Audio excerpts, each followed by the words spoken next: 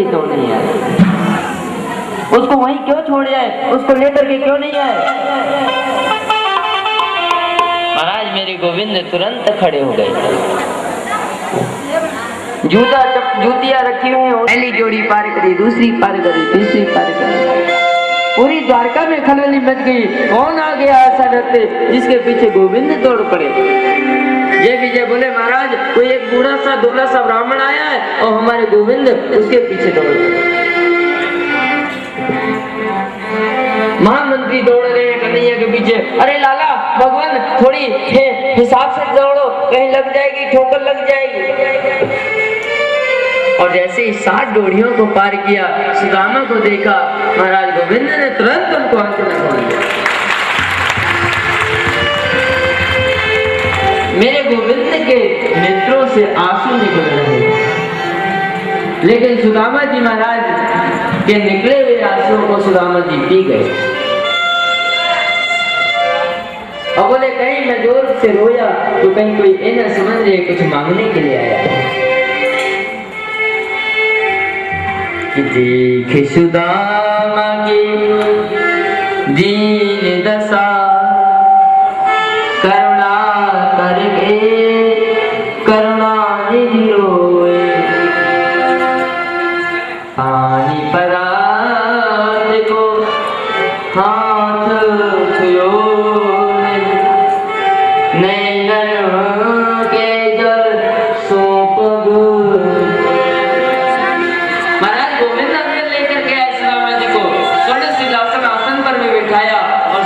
दशा देखी तो पानी परात को हाथ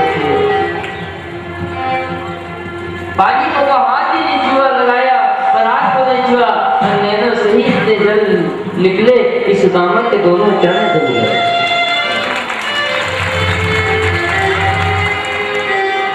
सुदामा के चरणों में बैठे हैं, पूरी द्वारका में पूरी महारानियां सब आ गई। कौन आया है? बोले कोई गरीब ब्राह्मण आया है।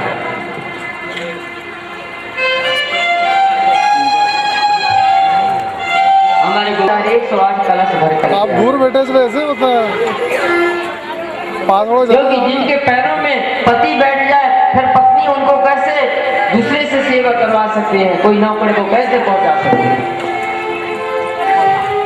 सुदामा जी ने देखे बड़े बड़े कलश, महाराज इतनी लंबी लाइन के पीछे तक तो दिख ही नहीं रही। बोले लाला ये सब किस लिए भैया? बोले आपके स्नान के लिए।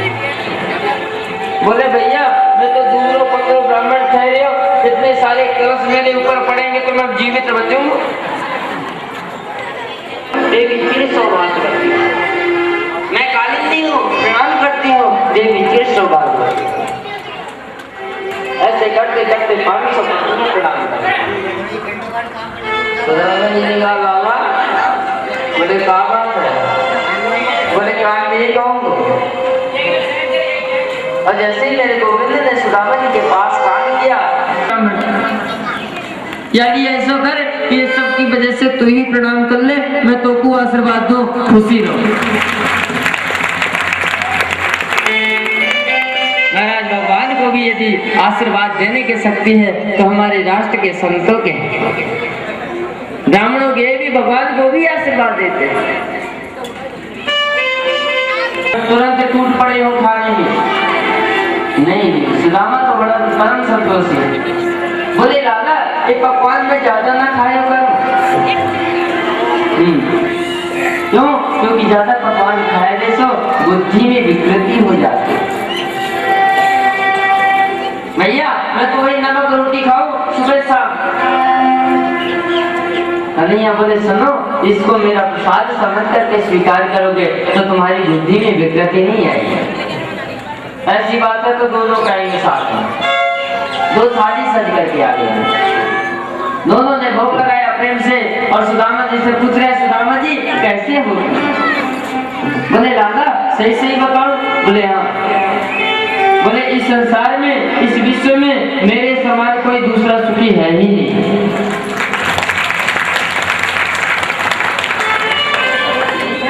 बोले वो दिख रहा है आप कितने सुखी। आपको आपके मन चाही पत्नी मिली कि नहीं मिली? सुदामा जी बोले कि शादी ब्याह के बाद बिल भी पूछो करेगा। बोले दूसरे नहीं है, सब घर के लोग हैं। बोले लाला बिल्कुल इच्छा नहीं आती, माता पिता नहीं माने और शादी कर ही दियो, तुम्हारी भाभी जी को नाम है सुशीला। महाराज मेरे गोविंद ने बड़े प्रेम से कहा, मेरी भाभी का नाम सुशीला है? वाह भाई, तुमने शादी कर ली नहीं और मोको निमंत्रण भी ना दियो। बोले रहने दे, बातें मत बना पे। मैंने एक शादी करी तो को निमंत्रण ना दियो, तूने हजारों की लाइन लगा देनी तो उन्हें एक में मोको बुलायो। नहीं बोले नहीं, आपकी शादी थोड़ी विधि विधान से हुई हो।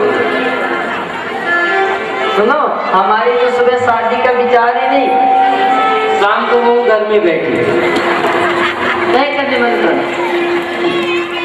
सुदामा जी बोले नहीं भैया, खूब भगवान दिन दुगनी चौगनी रात करे, मेरे खूब आशीर्वाद है, तेरे द्वारिका के लोग बहुत अच्छे हैं। कन्हैया बोले मैंने भाभी की बात क्यों पूछी? मुझको क्या पता क्यों पूछी? तेने पूछी, मैंने बता दी नहीं। बोले नहीं, आप अकेले होते तो कोई बात नहीं थी, लेकिन भाभी जी जब आ रही है, आ गई है, तो भाभी ने मेरे लिए क्या भेजा? अब महाराज सुदामा जी संकोच में पड़े, झूठे तो बोल नहीं सकते कि कुछ नहीं भेजा, बाद में चुप्पे से कुटुंबी पकड़ा दे। अब सुदामा जी सोच रहे हैं, ये बड़े बड़े घरों की महिलाएं राजकुमारियां हैं, अब इनके सामने उखड़ी पोटली और वो चावल दिखाऊंगा तो क्या सोचेंगे? कितने बड़े मित्र से मिलने आया और लाया तो 4 मुट्ठी चावल लाया। तो कन्हैया ने अपना स्वभाव बताया, पत्रम पुष्पम फलम तोयम क्यों मे भक्त्या प्रयस्यति। फिर भी सुदामा जी का संकोच नहीं मिट रहा। कन्हैया ने बगल में हाथ डाला और धक्का स्वात्मा थी, मैं पूरे विश्व का जो सुख एक सत चक्रवर्ती राजा को मिलता है, मैं सुदामा को देता। दूसरी मुट्ठी मुख में डाल करके कहा, बोले जो सुख इंद्र को मिलता है मैं सुदामा को देता। तीसरी मुट्ठी डालने को है कि रुक्मणी जी ने पकड़ लिया। और सारे यहाँ महाराज हमारे गोविंद एक रात रुक गए। सुदामा जी सुबह होते ही जाने लगे, बोले भैया अब मैं चल रहा हूँ। सुदामा जी से बोले देखो मित्र जी, यहाँ की द्वारका का नियम है कि जो कपड़े आदमी जो पहन के आता है ना बाहर से, वही कपड़े पहन के जाता है, इसलिए आप ऐसा करो ये कपड़े उतार दो ही और वही फटी धोती पहन के जाओ। बोले तो मक्खी चूस निकल गया, इसको एक धोती भी भारी पड़ रही है मित्र को देने में, और भाभी तो इसकी कह रही थी को धन इतना दे देगा कि रमाएगा नहीं, ये पैसा रुपये क्या देगा। महाराज सुदामा जी ने वही फटी धोती पहन लिया और जा रहे हैं तो मन में बहुत सोच रहे हैं, और बोले भगवान ने बहुत बड़ी कृपा करी, हो सकता है मेरे कन्हैया ने सोचा होगा कि कहीं मैंने सुदामा को धन दे दिया तो कहीं ये पागल ना हो जाए। हे गोविंद, तूने डबल कृपा करी जो मुझे लक्ष्मी दास बना। यदि लक्ष्मी दास बना देता तो मैं तुझे भूल ही गया होता। और जैसे सुदामा पुरी में पहुंचे सुदामा जी, कि सुदामा यहाँ तो हती मोरी छोटी सी झुपड़िया कंचन महली खड़ी। बोले भैया जी यहाँ छोटी सी झोपड़ी थी, वो कहाँ गई? सोने के कंचन के माल कहाँ से आ गए? सुशीला जी को पता पड़ा, सुशीला जी बाहर से आई। और एक बात बताए, जब ये आता है ना तो ये भी आता है। हाँ, अब सुशीला डोकरी थोड़ी रह गई थी, वो तो जवान हो गई थी। जैसे पति को देखा चरणों में गिर पड़ी, बोले पति देव प्रणाम करती हूँ। बोले सुशीला ये सब कैसे? बोले द्वारकाधीश की कृपा। सुदामा जी बोले तुम पर बड़ी कृपा करी, हमसे तो धोती पीछे ना ली थी। बोले तुमको दर्शन चाहिए थे, मुझे धन चाहिए था। तुमको दर्शन मिल गया, मुझे धन मिल गया। भैया अब इस रंग का तुम ही उपयोग करो, हम तो एकांत जाकर के भजन करें। सुशीला बोली फिर मैं अकेली क्या करूंगी, मैं भी चलती। जैसे दोनों जाने लगे पीछे से आवाज है सुदामा जी। सुदामा जी ने मुड़ करके देखा कि द्वारकाधीश खड़े हैं। बोलो द्वारकाधीश भगवान की। सुदामा जी को आशीर्वाद दिया, ये धन तुम्हारी बुद्धि को विकृति नहीं करेगा, गरीबों की संतों की सेवा में लगाओ, यही जीवन का सार है। बाद में सुदामा जी के लिए वैकुंठ से विमान आया और सुदामा जी वैकुंठ को विमान में बैठ करके चले।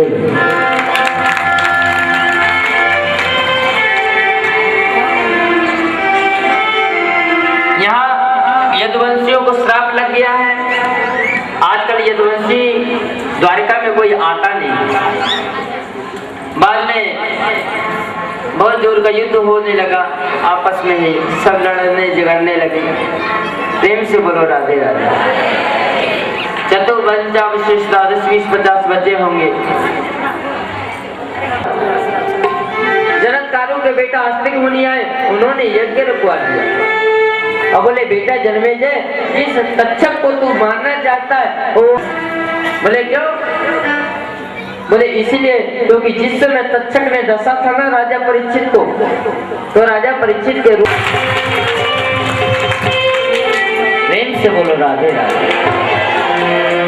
यहाँ मार्कंडेय मुनि से सनत कुमारों ने सूत जी से पूछा, मार्कंडेय ने प्रलय का दृश्य देखा है गुरुजी, वो कैसे देखा बताओ।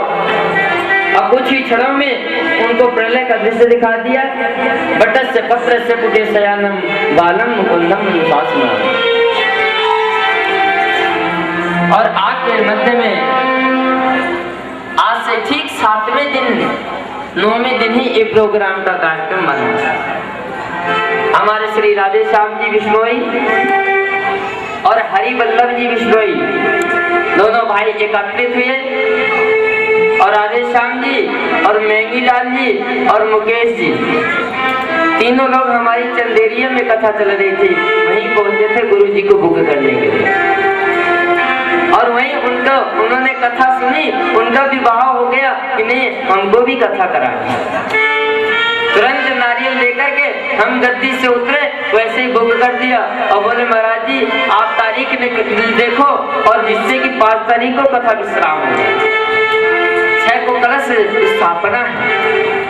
और उन्होंने मन में सोचा, प्रयास किया और आप इतनी माताएं बहनें भाई बंधु देखो सिद्धियों तक भी जगह नहीं बचती, और वो भी थोड़ी कटाई पिटाई चल रही है ना। हमारे भाई लोगों ने तो कहा महाराज जी थोड़ी समय रात में भी रख दो। क्यों? क्योंकि हम लोग दिन में आ नहीं पाते, और यदि हम रात में रख देते तो हमारे भीलवाड़ा के जो भोले भाले भगत है ना, हाँ देखो 7 दिन से रोज आ रहे हैं। इतना भाव है हमारे प्रति, भागवत जी के प्रति, कि उनका भी वर्णन नहीं कर सकते। और दूसरी बात, जगह जगह बैनर छपे, उसमें टाइम वही दिया हुआ है 12 बजे से 4 बजे तक। इसलिए जो भी भगत आते और 12 बजे से 4 बजे तक कथा नहीं पाते तो भी गड़बड़ हो जाता। इसलिए हमने कहा टाइम चेंज नहीं होगा, जिसकी भाग्य में होगा वो कथा सुनेगा, जिसके है नहीं उसको तो भगवान ही डालेगा। और एक कथाएं भागवत ऐसी होती है कि तुम कोई प्रोग्राम करोगे, बफर सिस्टम रखोगे, उसमें तो तुम्हारे अपने रिश्तेदार ही जाएंगे। लेकिन ये भागवत कथाएं एक यज्ञ होती है, भागवत ज्ञान महायज्ञ, और यहाँ यज्ञ भी चल रहा है 9 कुंडी का। और इसी के प्रभाव से देखो हमारे संत जन भी विराजमान होते हैं रोज, अड़ोसी पड़ोसी भी होते हैं, रिश्तेदार भी आते हैं। यानी एक कर्म कराने से, भागवत जैसे महायज्ञ कराने से सभी लोगों की मुक्ति हो जाती है। इसलिए ऐसे ही काम। और देखो इतनी व्यवस्था करी राधे श्याम जी ने, कथा पढ़ कहने वाले तो सूखे गला में मरे जा रहे हैं, लेकिन सुनने वालों को जूस मिलता। क्यों? क्योंकि एक बात ही बताओ, चौकीदार बड़ा कि जमींदार? कौन बड़ा होता है? तो हम तो चौकीदार ठहरे ना, आप जमींदार हो, इसीलिए आपकी सेवा हो रही है। बोलो वृंदावन बिहारी लाल। कहते हैं कहने वाला तो कौवा ही होता है, लेकिन सुनने वाले हंस हो जाते हैं। और आप सबके सामने यहाँ अखाड़ा भी बना हुआ है। हाँ, और हमारे इंद्रमल जी का इतना सुंदर व्यवहार देखो, सुबह देखो तो यहाँ एक से एक तगड़े आते हैं हमारे, उनको देख के हम भी घबरा जाते हैं। बहुत से बोलो राधे। हाँ, कसरत करते हैं, कुश्ती करते हैं, और तो अभी बॉक्सिंग वाला वो हटा दिया गया है कथा की वजह से। फिर भी उन्होंने 7 दिन की छुट्टी भी कर दिया, हमको लग रहा है। यहाँ कोई भी ज्यादा चिपके कूदे नहीं। और देखो निर्विघ्न पूर्ण इतनी सुंदर भागवत की कथा आप सभी को सुनने को मिली, इसलिए हमारा भी दिल खुश हो गया। हमारी माताएं, बहनें, भाई, बंधु, संत, विद्वान सब पधारे और सभी के माध्यम में श्रीमद् भागवत कथा का संयोग बना। इसलिए हम भी वाणी के माध्यम से, क्योंकि हम तो भागवत का व्याख्यान करें ये हमारे सामर्थ्य नहीं है, इसलिए वाणी के माध्यम से कुछ त्रुटियों का रहना संभव है। इसलिए इस गद्दी से कुछ वैसे शब्द निकल गए हों तो 7 दिन से जो माताएं, बहनें, भाई, बंधु भ्रमण कर रहे हैं, उनसे हम क्षमा मांगते हैं। और भवे भवे यथा भक्ति पाद स्तयो जायते, सभी को इस गद्दी से यही आशीर्वाद देते हैं, ऐसे सद्विचार, ऐसे भागवत के प्रति रुझान, ऐसे सत्कर्म हमेशा करते रहो, यही जीवन कथा। और कल भागवत जी की विदाई तो अभी कर देंगे, क्योंकि कल यदि कलश यात्रा के साथ भागवत जी भ्रमण करेंगी तो दोबारा हमको 7 दिन भागवत कहनी पड़ेगी। बहुत से बोलो राधे राधे। हाँ, क्योंकि भागवत जी जब समापन हो जाते हैं तो फिर वो जल या तालाब के पास जाकर के विसर्जन की जाती है और फिर कलश यात्रा में सम्मिलित नहीं होते। इसीलिए पहले दिन ही हमने भागवत जी की कलश यात्रा करा दिया था और अभी भागवत जी को सिर में धारण करके उनको विदा कर देंगे। और हम तो भी कल रुकेंगे, क्योंकि हमारे राधे श्याम जी नहीं चाहते आप आज जाओ, हमारा तो प्रोग्राम आज का ही था। बहुत से बोलो राधे राधे। कोई बात नहीं, और कल सभी लोग ठीक सुबह जल्दी आ जाना, क्योंकि कलश यात्रा की फेरी निकलेगी। बढ़िया बैंड बाजों के साथ बढ़िया सज धज करके आना। और जिसका नाचना बाकी रह गया होगा वो बहुत से कर बढ़िया मस्ती से नाचो। हाँ, बैंड बाजे के शादियों में तो सभी कोई नाचता है, भगवान के नाम पे जो नाच लेगा ना उसकी 84 लाख योनियों से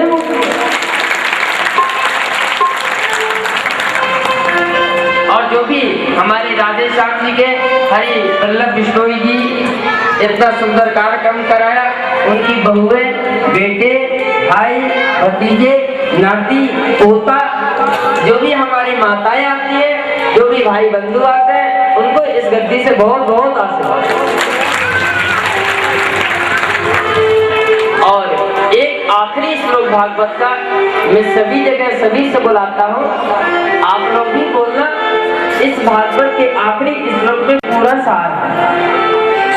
एक श्लोक का 4 भाग करके बोलेंगे, बहुत से बोलना। उसके बाद एक मस्ती भरा गाना गाएंगे हमारे शास्त्री जी, फिर बाद में सभी को नाचना। सभी लोग भाव से गाओ। नाम संकीर्तनम यस्या सर्वे पाप प्रणाशनम प्रणामो दुख शमनः तम नमामि हरिं परम। नाम संकीर्तनम यस्या सर्वे पाप प्रणाशनम प्रणामो दुख शमनः तम नमामि हरिं परम।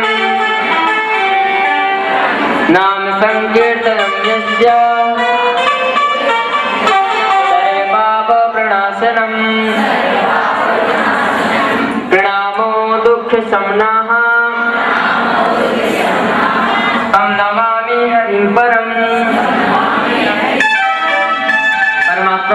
संकीर्तन सभी प्रकार के पापों से मुक्त करता है। जो भी परमात्मा का नाम संकीर्तन गाता है, परमात्मा के गुणों को कानों से सुनता है, उसका जीवन एक जन्म नहीं 7 जन्म तक सुधर जाता है।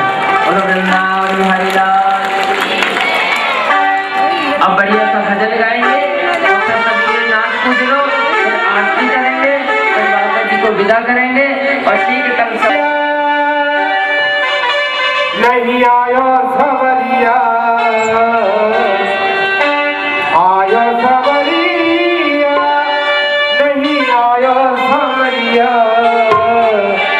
बड़ी बड़ी आस लगाइए, नहीं आयो सवरिया, बड़ी बड़ी आस लगाइए, सवरिया नहीं आयो सवरिया, आयो समरिया नहीं आयो सराइए, नहीं आयो सवरिया, बड़ी बड़ी आस लगाइए, नहीं आयो सवरिया।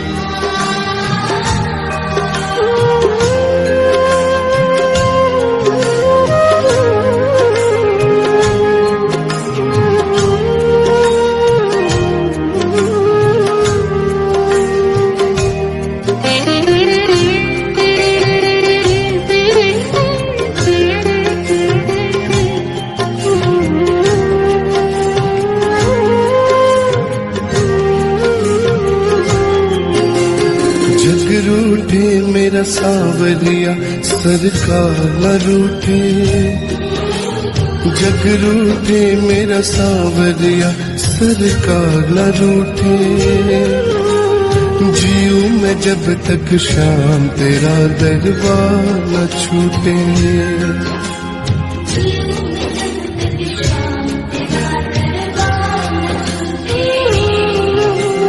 जग रूठे मेरा सांवरिया सरकार न रूठे,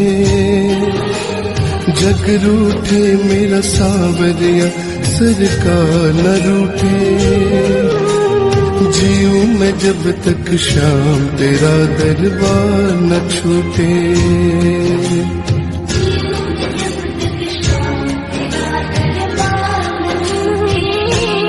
बोलो श्याम श्याम श्याम राधे श्याम श्याम श्याम, बोलो श्याम श्याम श्याम राधे श्याम।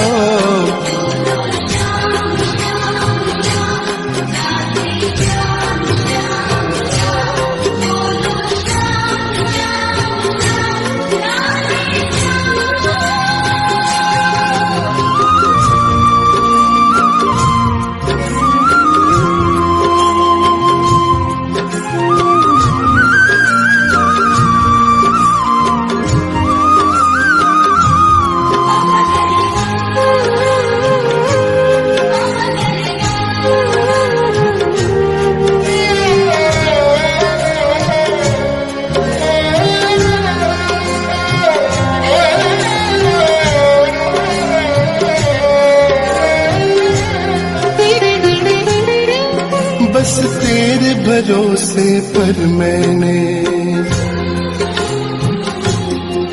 बस तेरे भरोसे पर मैंने अपनी ये नाव चलाई है।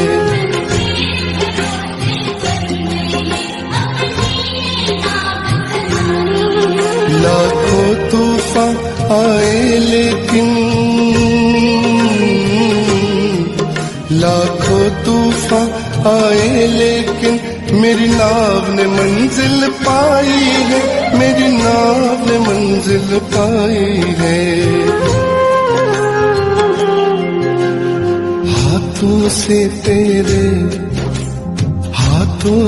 तेरे मेरी पतवार न छूटे, हाथों से तेरे मेरी पतवार न छूटे।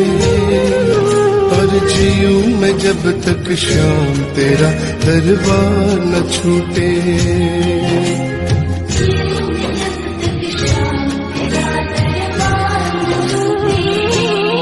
बोलो शाम शाम शाम राधे श्याम श्याम श्याम, बोलो श्याम श्याम श्याम राधे श्याम।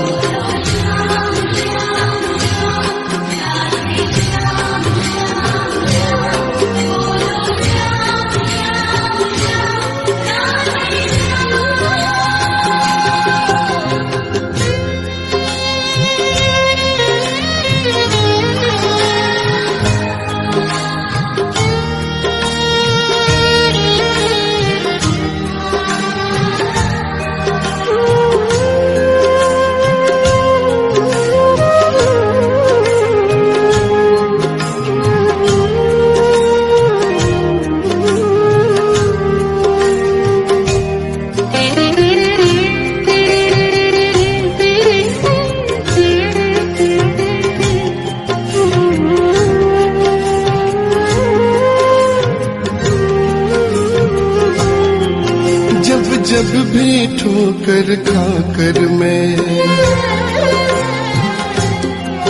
जब भी ठोकर खाकर मैं चलते चलते गिर जाता हूँ।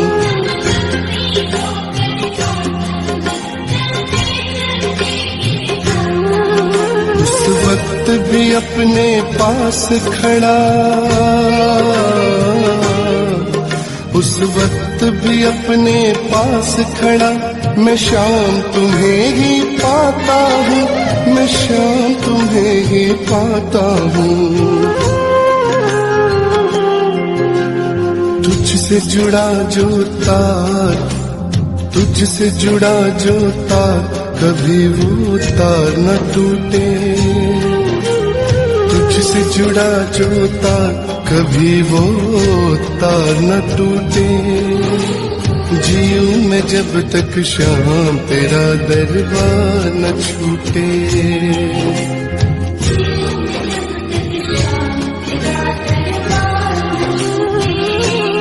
बोलो श्याम श्याम श्याम राधे श्याम श्याम श्याम, बोलो श्याम श्याम श्याम राधे श्याम।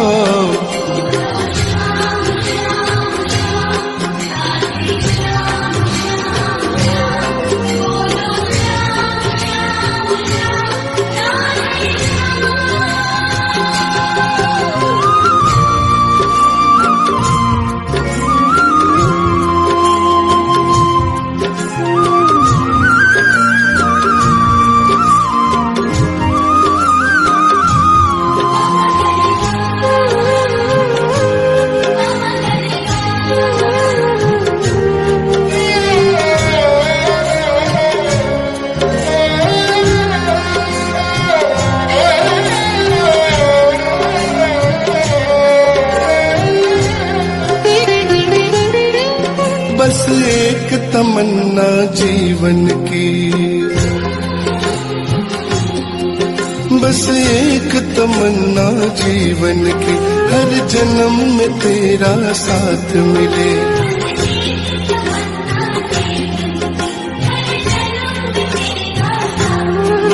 हर हाल में मैं खुश रह लूंगा, हर हाल में मैं खुश रह लूंगा। गर शाम धनी तेरा प्यार मिले, गर शाम धनी तेरा प्यार मिले।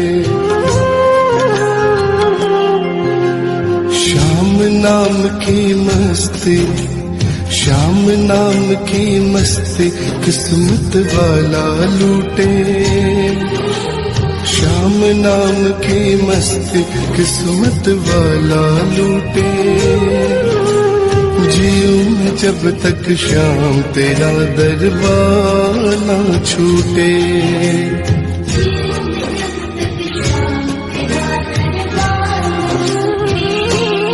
बोलो श्याम श्याम श्याम, राधे श्याम श्याम श्याम, बोलो श्याम।